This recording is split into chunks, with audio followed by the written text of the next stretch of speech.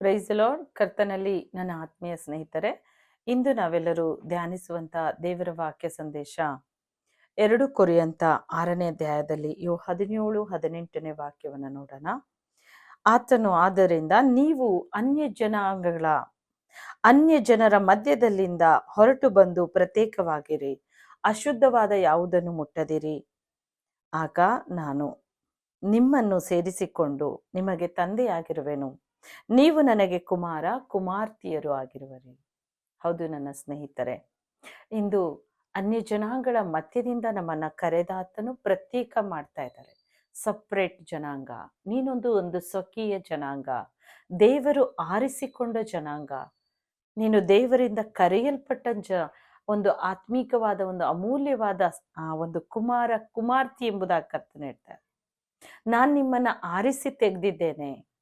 ನಾವು ನೋಡ್ತೇವೆ, ನಮ್ಮನ್ನ ದೇವರು ಒಂದು ಉತ್ತಮವಾದ ಸ್ಥಾನ ಮಾನ ಗೌರವದಲ್ಲಿಟ್ಟು ಕಡೆಯಲ್ಲಿ ನಮ್ಮನ್ನು ದೃಢವಾಗಿ ನಿಲ್ಲಿಸಿ ಪರಲೋಕ ಕೊಂಡೊಯ್ಯುವುದಕ್ಕಾಗಿದೆ ನಮ್ಮನ್ನು ಆರಿಸಿ ಪ್ರತ್ಯೇಕ ಮಾಡಿದ್ದಾರೆ. ಆದ್ದರಿಂದ ಅಶುದ್ಧವಾದ ಯಾವುದನ್ನು ಮುಟ್ಟದಿರಿ ಅಂದಾಗ, ಪ್ರಿಯರೇ, ನಮ್ಮಲ್ಲಿ ಅನೇಕವಾದ ದುಷ್ಟ ಚಟಗಳು, ದುಷ್ಟ ಅಭ್ಯಾಸಗಳು, ದುಷ್ಟ ಒಂದು ಸ್ನೇಹಿತರ ಸಹವಾಸಗಳು, ಇದರ ನಿಮಿತ್ತ ನೀವು ಅನೇಕ ನೋವನ್ನ ವೇದನೆಯನ್ನ ನೀವು ಅನುಭವಿಸ್ತಾ ಇದ್ದೀರಿ. ಕರ್ತನ ಆಶೀರ್ವಾದಕ್ಕೊಂದು ತಡೆಯಾಗಿ ಅದು ನಿಂತಿರ್ಬೋದು. ಈ ದಿನ ನಿಮ್ಮ ಜೀವಿತದಲ್ಲಿ ಆ ರೀತಿಯ ಒಂದು ದುಷ್ಟತ್ವ ಇದ್ರೆ ಅಂತಹ ದುಷ್ಟತ್ವವನ್ನ ತೆಗೆದು ಹಾಕ್ರಿ, ಅಂಥದ್ರಿಂದ ದೂರವಾಗ್ರಿ. ಅಶುದ್ಧವಾದ ಯಾವುದನ್ನು ಮುಟ್ಟದಿರಿ, ಅಶುದ್ಧವಾದ ಯಾವುದನ್ನ ನೀವು ಮುಟ್ಟದಿರಿ ಅಂತ ಕರ್ತನೆ ಹೇಳ್ತಾರೆ. ನಾವು ಹಾಗೆ ನಡೆದುಕೊಳ್ಳುವಾಗ, ನಾವು ಪರಿಶುದ್ಧರಾಗಿ ನಡೆಯುವಾಗ ಕರ್ತನೆ ಹೇಳ್ತಾರೆ, ನಾನು ನಿಮ್ಮನ್ನ ಸೇರಿಸಿಕೊಂಡು ನಾನು ನಿಮಗೆ ತಂದೆಯಾಗಿರುವೆನು, ನೀವು ನನ್ನ ಕುಮಾರ ಕುಮಾರ್ತಿಯರು, ನನ್ನ ಪ್ರಿಯ ಮಕ್ಕಳಾಗಿ ನಾನು ಆರಿಸಿಕೊಳ್ತೇನೆ, ನಿಮ್ಮನ್ನ ಸೇರಿಸಿಕೊಳ್ತೇನೆ. ಆದ್ರೆ ಇವತ್ತು ಈ ಒಂದು ವಾಕ್ಯಕ್ಕೆ ತಕ್ಕಂತೆ ನೀವು ನಡೀತಾ ಇದ್ದೀರೋ, ಆ ವಾಕ್ಯ ನಿಮ್ಮೊಳಗೆ ಕಾರ್ಯ ಈ ದಿನ ಮಾಡಲಿ. ಪವಿತ್ರ ಆತ್ಮನ ಹೇಳ್ತಾ ಇದ್ದಾರೆ, ನಾವು ಶುದ್ಧರಾಗಬೇಕು ಅಂತ. ಅಶುದ್ಧವಾದ ಮುಟ್ಟದಿರಿ, ಪರಿಶುದ್ಧವಾದ ಜೀವನಕ್ಕೆ ಬರೋಣ. ಯಾಕೆಂದ್ರೆ ಆತನು ನಮ್ಮನ್ನು ತುಂಬ ಆತ್ಮೀಕವಾಗಿ ನಡೆಸಿ ಈ ಲೋಕದಲ್ಲಿ ಇನ್ನೂ ಹೆಚ್ಚಾದ ಆಯಸ್ಸನ್ನು ಕೊಟ್ಟು ಅಮೂಲ್ಯವಾದ ದಾರಿಯಲ್ಲಿ ಕರ್ತ ನಡೆಸುವುದಕ್ಕೆ ಇಷ್ಟಪಡ್ತಾ ಇದ್ದಾರೆ.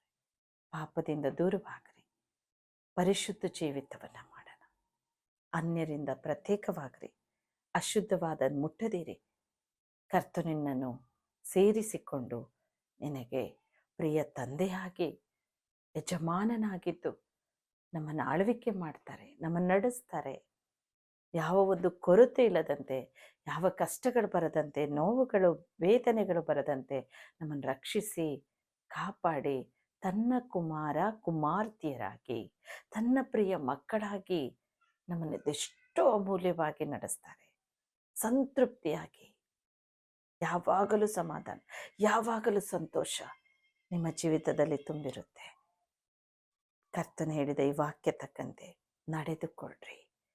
ಇಂದು ಸಕಲ ಆಶೀರ್ವಾದವನ್ನು ಹೊಂದಿಕೊಳ್ಳ್ರಿ. ಪ್ರಾರ್ಥನೆಯೊಂದಿಗೆ ಬೇಡ್ಕೊಳ್ಳೋಣ. ಪ್ರೀತಿಯುಳ್ಳ ನನ್ನ ತಂದೆ ಆ ದೇವರೇ, ಸ್ವಾಮಿ, ನೀವು ಕೊಟ್ಟ ಈ ವೇದವಾಕ್ಯಕ್ಕಾಗಿ ನಾವು ಸ್ತೋತ್ರಿಸ್ತೇವೆ. ಹೌದು ತಂದೆ, ನೀವು ಪರಿಶುದ್ಧರು, ಆದ್ದರಿಂದ ನಮ್ಮನ್ನು ಪರಿಶುದ್ಧ ಮಾಡು. ಎಲ್ಲ ಜನರನ್ನು ನೀನು ಶುದ್ಧಿ ಮಾಡು ತಂದೆ. ನಿನ್ನ ರಕ್ತ ಪ್ರೋಕ್ಷಿತವಾಗಲಿ, ಎಲ್ಲರ ಮೇಲೆ ನೀನು ಕಲ್ವಾರ ರಕ್ತವನ್ನ ಲೇಪಿಸ್ತೇನೆ ಪ್ರಭು, ಚಿಮುಕಿಸ್ತೇನೆ ಪ್ರಭು. ಎಸಯ್ಯ, ನಿಮ್ಮ ಕಲ್ವಾರಿ ರಕ್ತ ಸಕಲ ಪಾಪವನ್ನು ತೊಳೆದು ಶುದ್ಧಿ ಮಾಡಿದ ರಕ್ತ. ಪರಿಶುದ್ಧ ಮಾಡು ತಂದೆಯೇ. ಎಲ್ಲರನ್ನು ನಿನ್ನ ಕುಮಾರ ಕುಮಾರ್ತಿಯರಾಗಿ ನೀನು ಆರಿಸಿಕೊ, ಅವರನ್ನು ಪ್ರತ್ಯೇಕ ಮಾಡು.